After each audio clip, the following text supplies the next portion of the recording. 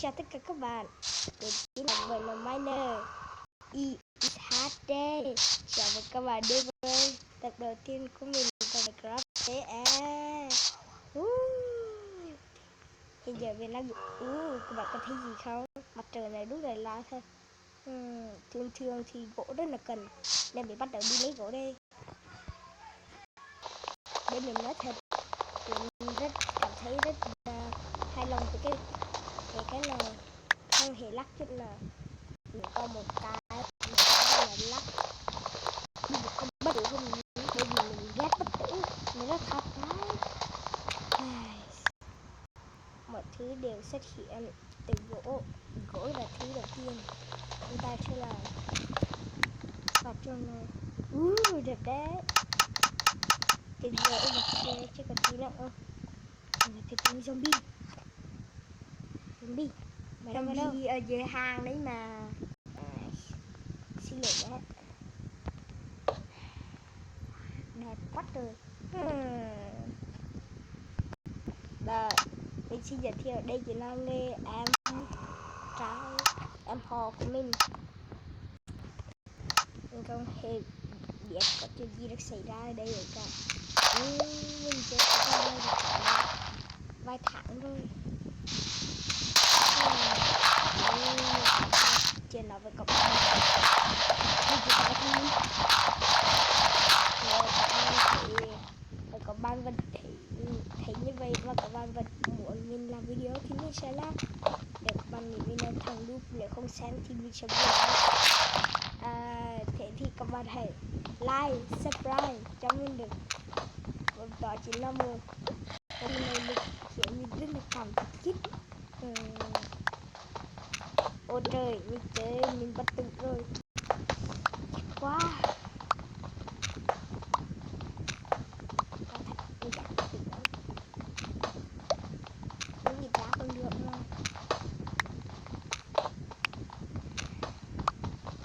Ôi trời, tối quá. Treo lên.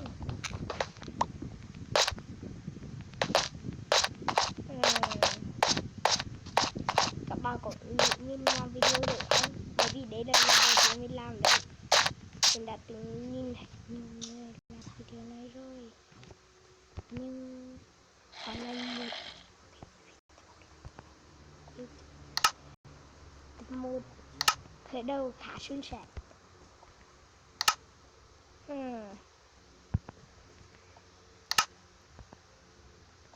Tôi chơi ở mặt chơi.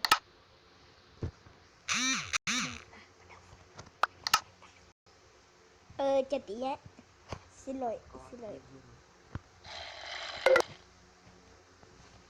trời, xin lỗi mọi người nhé.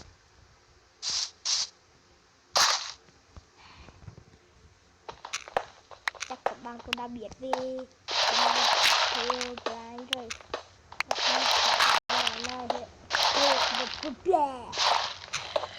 Nếu bên nói thật nữa, mình chơi cực kỳ gặp. Nếu các bạn gặp rồi thì đừng có nói cho mình sợ lắm. Là sao? Mình vừa mới xem video về Herobrine, cảm sợ lắm. Trời. Sao thế à? Cái sợ gì? Mình rất sợ mình. Nhưng mình rất sợ. Xuống hang đi. Đây, cái em họ của mình đấy. Điện đó chính là ngao. Quên cái viên chân của bên kia. Lấy cái này thôi.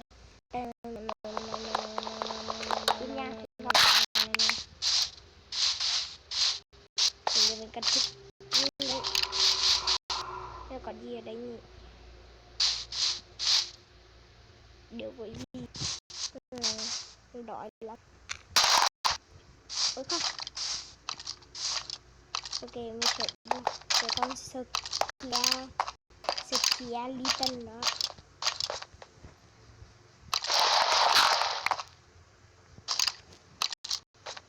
Ê, Skia, mày đang ở đâu vậy? Gió muốn à? Vậy thì mình chỉ có 2 bàn tay trắng thôi à.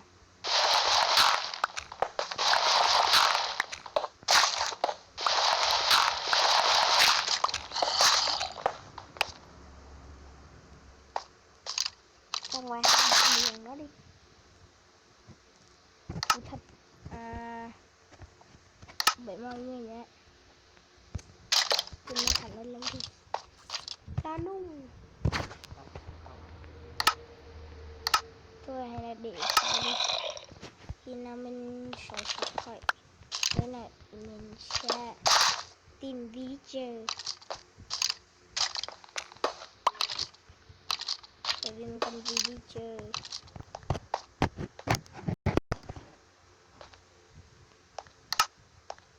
Ok, mình thịt gỗ rồi.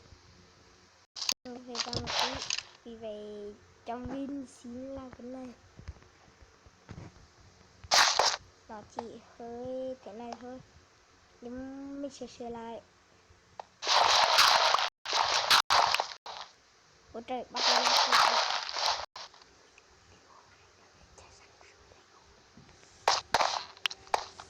Các bạn có nghe thấy nó nói gì không? Giờ mình cho mình xin các bạn dùng cái mã lần này. Đây. Game mode C.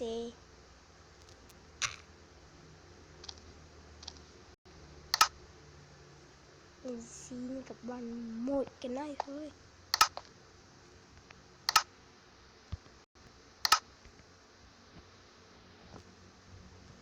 Rồi chừng này thôi. Ủa trời, mình vui vẻ lắm. Mình PvP rất là và để mình xem thử game rule. Quên gạch.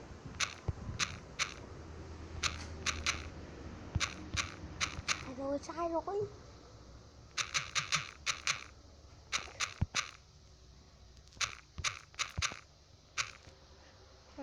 Game rule for damage.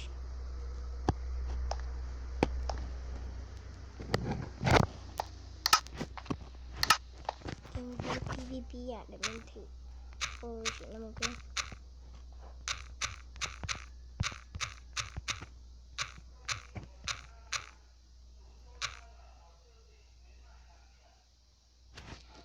true nè.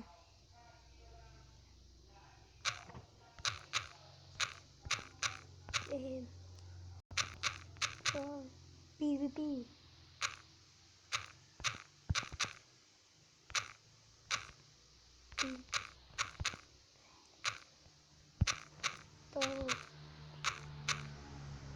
Hình như là thiếu dùng băng hay sao ấy. Dùng băng chắc. Tiếp theo true.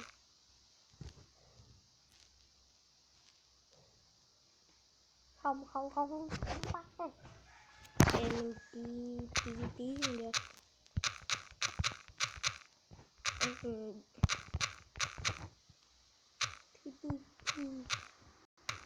Vô cách, đừng có viết vô bảng chưa thấy không? True. Được rồi đấy.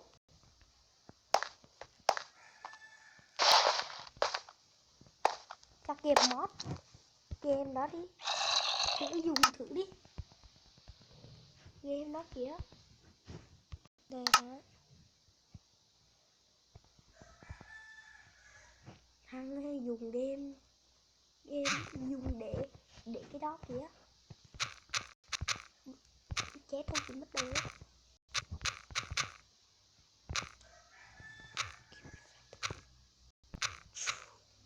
Burn mineries game rule keep inventory true. Các bạn mới không buồn cười chứ? Các bạn có thấy buồn cười chứ? Xin lỗi, mình quên nói thứ gì đó. Được rồi, mong là nó không bị thất bại. Do chữ Y chưa viết hoa. Trời ơi, ghét quá. Đi lại. Lần cuối cùng nữa nha.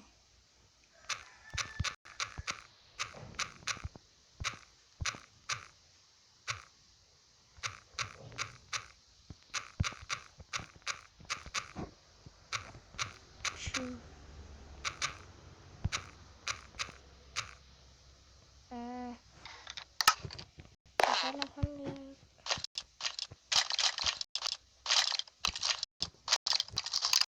Tại sao mình bỏ ba được?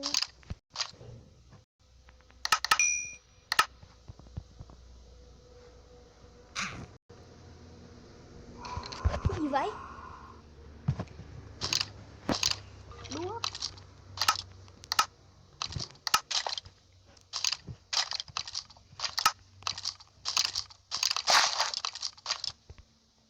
Cha đi.